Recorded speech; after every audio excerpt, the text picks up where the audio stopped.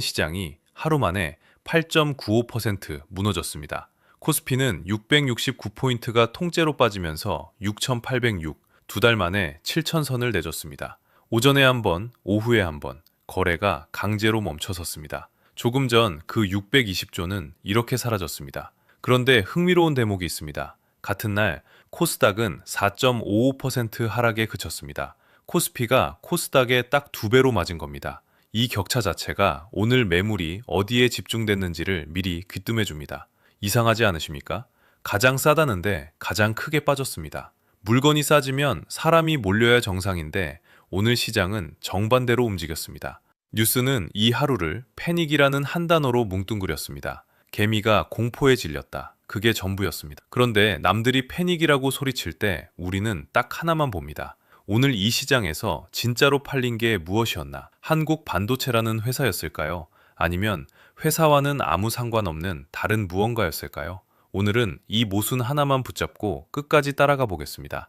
이거 아시고 나면 내일 뉴스에서 폭락이라는 자막을 보실 때 눈이 완전히 달라지실 겁니다. 먼저 오늘 하루가 어떻게 흘러갔는지 해석은 빼고 시간 순서만 짚어보겠습니다. 코스피는 아침에 7최선 412로 출발했습니다. 전날보다 0.85% 낮게 열었으니 시작은 그저 조금 약한 정도였습니다. 장 초반엔 오히려 반등을 시도해서 한때 7,529까지 올라가기도 했습니다.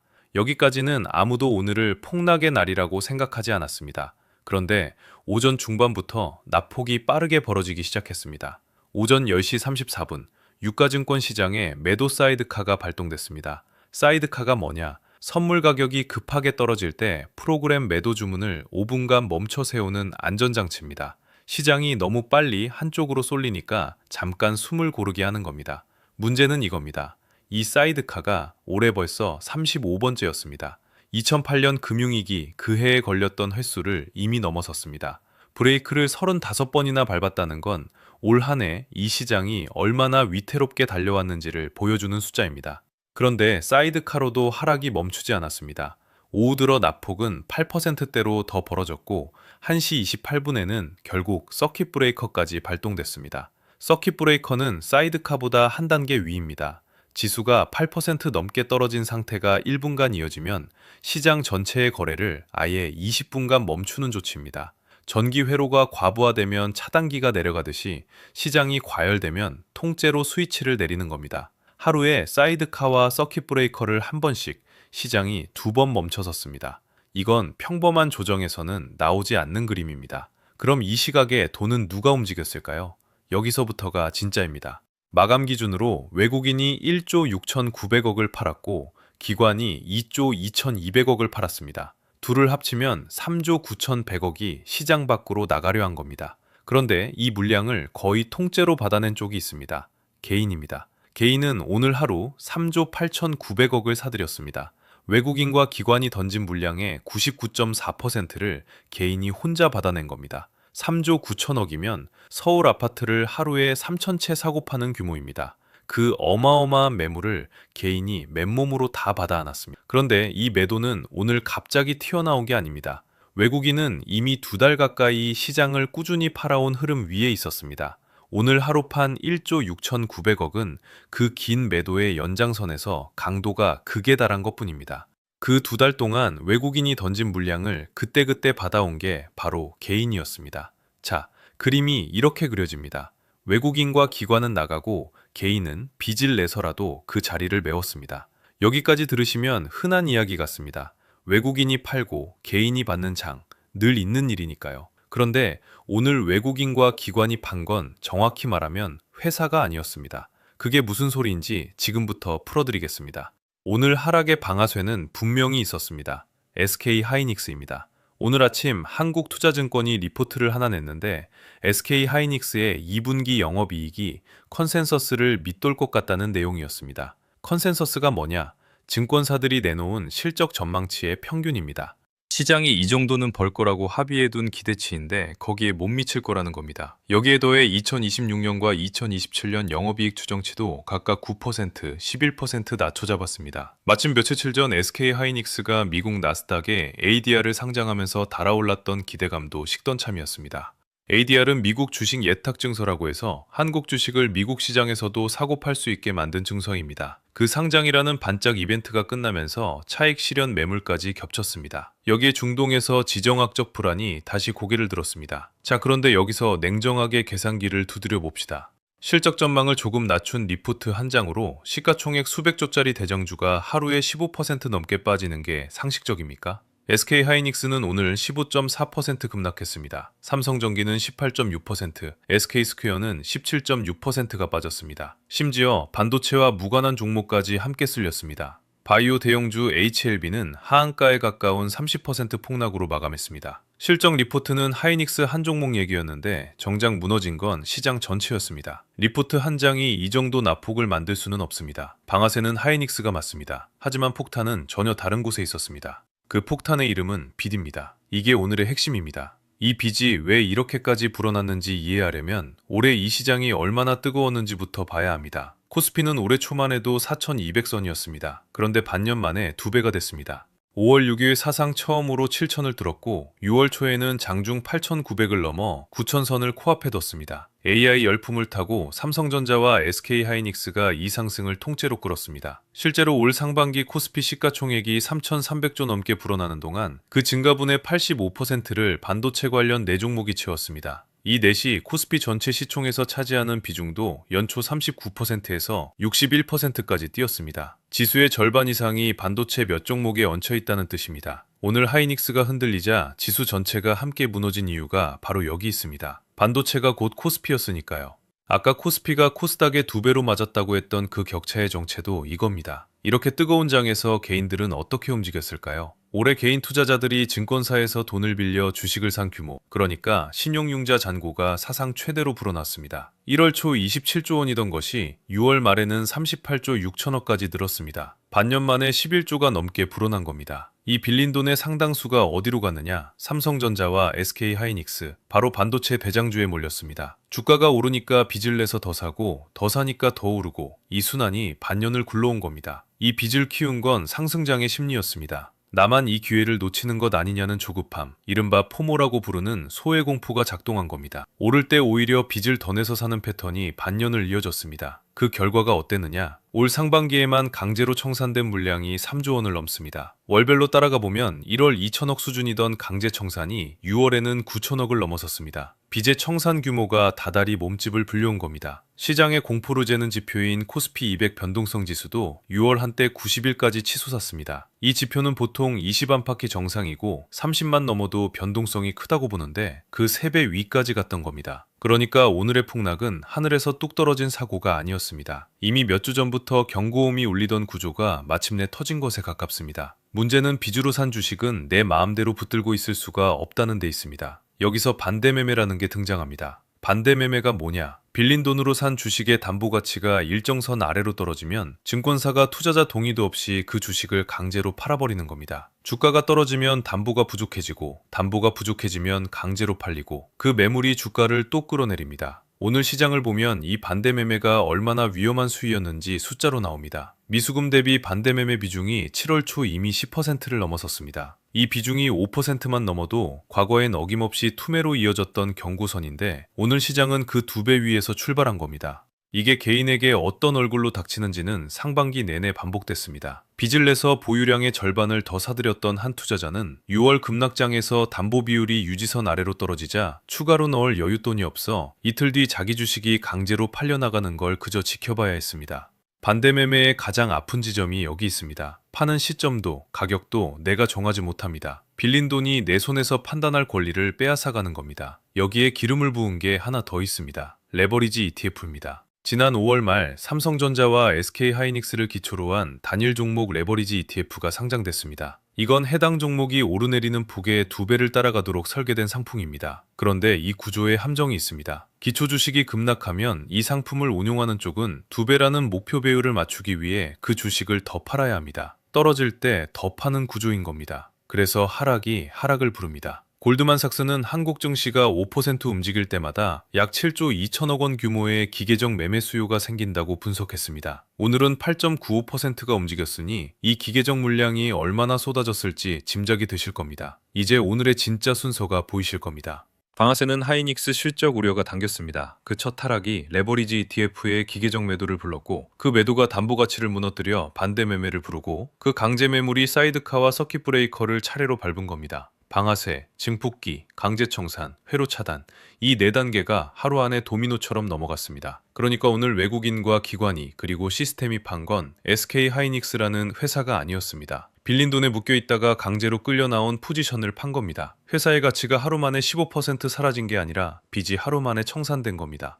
여기서 어제 그 블룸버그 기사가 다시 걸립니다. 가장 싸다던 그 기사 말입니다. 블룸버그가 왜 지금 한국 주식이 역사상 가장 싸다고 했는지 그 논리가 오늘 하락과 정면으로 부딪힙니다. 보통 주가가 급등하면 PER, 그러니까 그 배율이 같이 올라갑니다. 이익보다 주가가 더 빨리 뛰니까 비싸지는 거죠. 그런데 올해 코스피는 정반대였습니다. 80% 가까이 올랐는데도 PER은 오히려 내려갔습니다. 왜냐? 주가가 오르는 속도보다 기업들이 벌어들이는 이익이 더 빨리 들었기 때문입니다. 실제로 코스피 상장사들의 이익 전망치는 17개월 연속 상향 조정됐습니다. 9년여 만에 가장 긴 기록입니다. 2분기만 놓고 보면 코스피 전체 영업이익이 225조 원, 사상 최대가 예상됩니다. 이 중 반도체가 159조입니다. 7월 초순 수출을 봐도 반도체 수출이 1년 전보다 193% 급증하며 역대 최고를 찍었습니다. 회사는 숫자로만 보면 지금 역사상 가장 잘 벌고 있습니다. 블룸버그는 이 저평가를 이웃 대만과 비교하기도 했습니다. 같은 반도체 강국인데 코스피의 PER은 대만 대표 지수의 3분의 1 수준에 불과하다는 겁니다. 물론 여기엔 오래된 꼬리표가 붙어 있습니다. 코리아 디스카운트, 그러니까 한국 증시가 만성적으로 제값을 못 받는 문제입니다.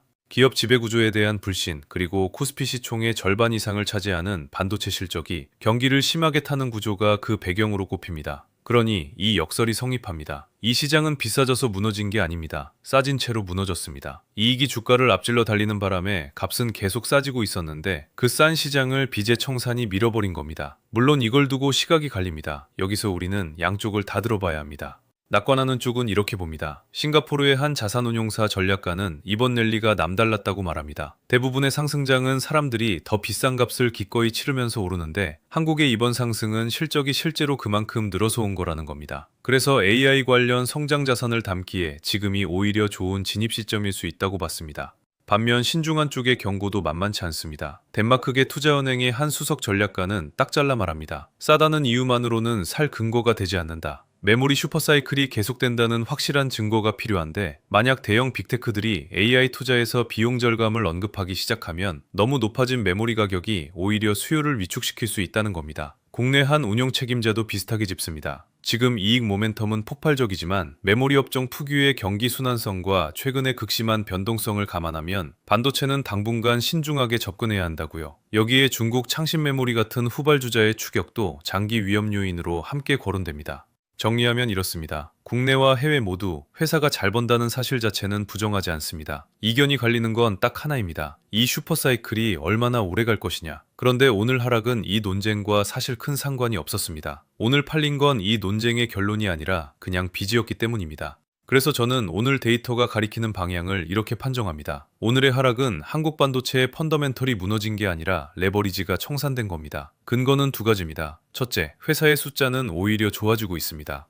당장 이달 초 수출만 봐도 7월 1일부터 10일까지 반도체 수출이 1년 전보다 193% 급증하며 같은 기간 사상 최고를 찍었습니다. 전체 수출도 298억 달러로 역대 최고, 무역 수지는 64억 달러 흑자였습니다. 실적으로 봐도 지난주 삼성전자가 발표한 2분기 잠정 실적은 시장 기대를 웃돌았습니다. 그런데도 오히려 차익 실현 매물이 나오면서 반도체가 정점을 지났다는 피크아웃 논란만 커졌습니다. 좋은 실적이 나와도 팔았다는 겁니다. 하이닉스 실적이 컨센서스를 밑돌 수 있다는 오늘의 우려도 그건 높아진 기대치를 못 채운다는 것이지 회사가 적자로 돌아선다는 얘기가 전혀 아닙니다. 회사가 무너지는 적은 오늘 어디에도 없었습니다. 이건 저 혼자만의 해석이 아닙니다. 한 증권사 연구원은 오늘 하이닉스 급락을 두고 반도체 업황이나 중장기 이익 방향성이 훼손된 게 아니라 미국 예탁증서 상장이라는 단기 이벤트가 끝나고 높아진 기대치와 레버리지 정리가 한꺼번에 반영된 변동성 조정에 가깝다고 진단했습니다. 참고로 하이닉스는 며칠 전 미국 나스닥의 예탁증서를 상장해 최대 300억 달러 규모의 자금을 끌어오려는 참이었습니다. 그 상장 기대가 절정을 지나면서 되레 차익 실현의 빌미가 된 겁니다. 회사의 성장 스토리가 꺾인 게 아니라 반짝했던 기대가 식으며 빚이 정리됐다는 얘기입니다. 둘째, 오늘 나온 매물의 성격이 강제 매물이었습니다. 반대 매매와 레버리지 리밸런싱은 가격을 따지지 않습니다. 싸든 비싸든 담보 비율이 깨지면 그냥 팔립니다. 아무리 좋은 물건이 헐값에 나와도 경매장에서 빚 갚느라 급하게 던지는 매물은 값을 따지지 않습니다. 오늘 시장이 딱 그랬습니다. 그래서 블룸버그가 아무리 싸다고 외쳐도 그 저평가가 오늘 하락을 한 발짝도 막지 못한 겁니다.